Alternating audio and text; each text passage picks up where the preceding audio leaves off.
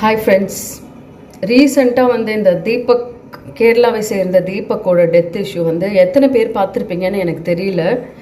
But ஆனால் அந்த video பார்க்கும்போதே உங்களுக்கு அந்த வீடியோ நான் கிளிப் ஆட் பண்ணுறேன், நீங்கள் பாருங்கள்.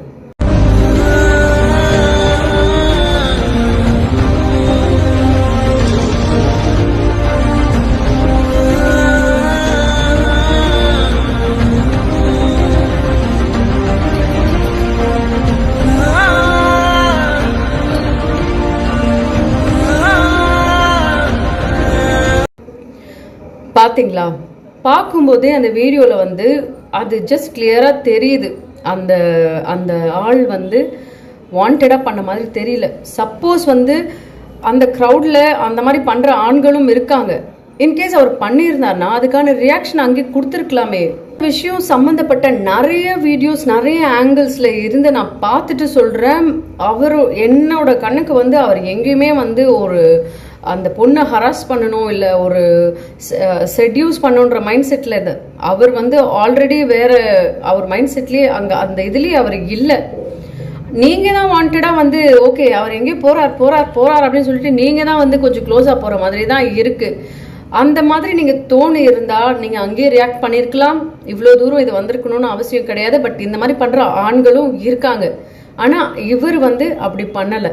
ஆனால் அந்த வீடியோவில் பார்த்தா ஒரு ஃபோனை இவ்வளோ நல்லா அழகாக வந்து ஒரு ஸ்ட்ரெச் பண்ணி ஒரு ஃபோனை பிடிச்சி ஒரு வீடியோ எடுக்கிற அளவுக்கு உனக்கு ஒரு ஸ்பேஸ் இருந்துச்சுன்னா why don't you just turn?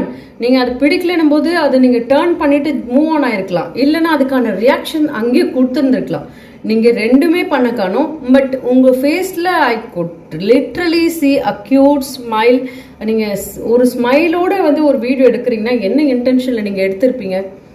அவங்க ஃபேமிலி அழறதெல்லாம் என்னால் பார்த்தா ஐ couldn't just take it up. இது நம்ம ஒன்றுமே நீங்கள் சரி செய்ய முடியாது. நீங்கள் இப்போ எதுவுமே கொடுக்க முடியாது. ஸோ இதுக்கப்புறமாவது மீடியாவில் போஸ்ட் பண்ணும்போது மற்றவங்களையும் எதுவும் பண்ணாத மாதிரியும் என்ன போடுறோன்றதை வந்து ஒரு வைரல் ஆகணும் கான்டென்ட்காக எதுக்காகவும் போடாமல் யூஸ்ஃபுல்லாக போடுங்க. இதெல்லாம் எடுத்து ஒரு ட்ரெண்ட் ஆக்கணும் வைரல் ஆக்கணும்னு நினச்சிங்கன்னா இப்படி தான் கடைசியில் நீங்களே வைரல் ஆகிற அளவுக்கு கடவுள் வந்து பண்ணி விட்டுருவார். அவங்களோட ஃபேமிலி என்ன இது நீங்கள் பண்ணுற ஒரு சில்லி விஷயத்தில் எவ்வளோ பெரிய இழப்பு அவங்க குடும்பத்துக்கு. இது எப்படி நீங்கள் சரி செய்ய முடியுமா? சோஷியல் மீடியாவில் அவங்கவுங்க பர்சனல் கருத்துக்களையும் வீடியோஸ் ஷேர் பண்ணுற அளவுக்கு லிபர்ட்டி இருக்குன்னா அதை கரெக்டாக யூட்டிலைஸ் பண்ணால் மட்டும்தான். நம்ம ஒரு போஸ்ட் போடுறதுனால நம்மளை சார்ந்தவங்களுக்கும் அது வந்து எந்த ஒரு பாதிப்பும் கொடுக்கக்கூடாது. எடுத்தோம் போட்டோம் வியூஸ் லைக்ஸ் இதெல்லாம் அப்பாற்பட்டு லைஃப் மேட்டர்ஸ். இப்போ அவங்க ஃபேமிலி எதையுமே நம்ம திருப்பி கொடுக்கவே முடியாது. So think before whatever you do. இதை மாதிரி பழக்கம் இதை மாதிரி ஹராஸ் பண்ணுறது இல்லை பெண்கள் இந்த மாதிரி பண்ணுற ஒரு ஆளாக இருந்தால் இது 10/11 அவருக்கு வந்து டேக் இட் ஈஸியாக எடுத்துகிட்டு போயிட்டு இருந்திருப்பார். But he couldn't accept.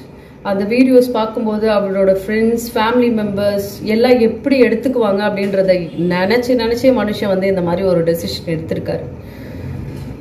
So இதுக்கப்புறம் யாராவது நீங்கள் ஒரு வைரலுக்காக இல்லை எதை சோஷியல் மீடியாவில் என்ன பண்ணாலுமே சரி அது தீர விசாரிச்சுட்டு இது இப்படி தானா அப்படின்ட்டு ஒரு முடிவுக்கு வந்ததுக்கு அப்புறமா போடுங்க.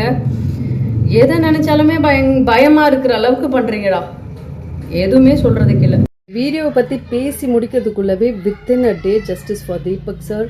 இந்த மாதிரி வைரல் வீடியோ கான்டென்ட் கிரியேட் பண்ணி ரொம்ப மேடாக சுற்றுற பீப்புளுக்கு வந்து இதை 10 வருஷம் சிறை தண்டனைன்றது வந்து ஒரு பெரிய லெசனாக இருக்கும்னு நான் நம்புகிறேன்.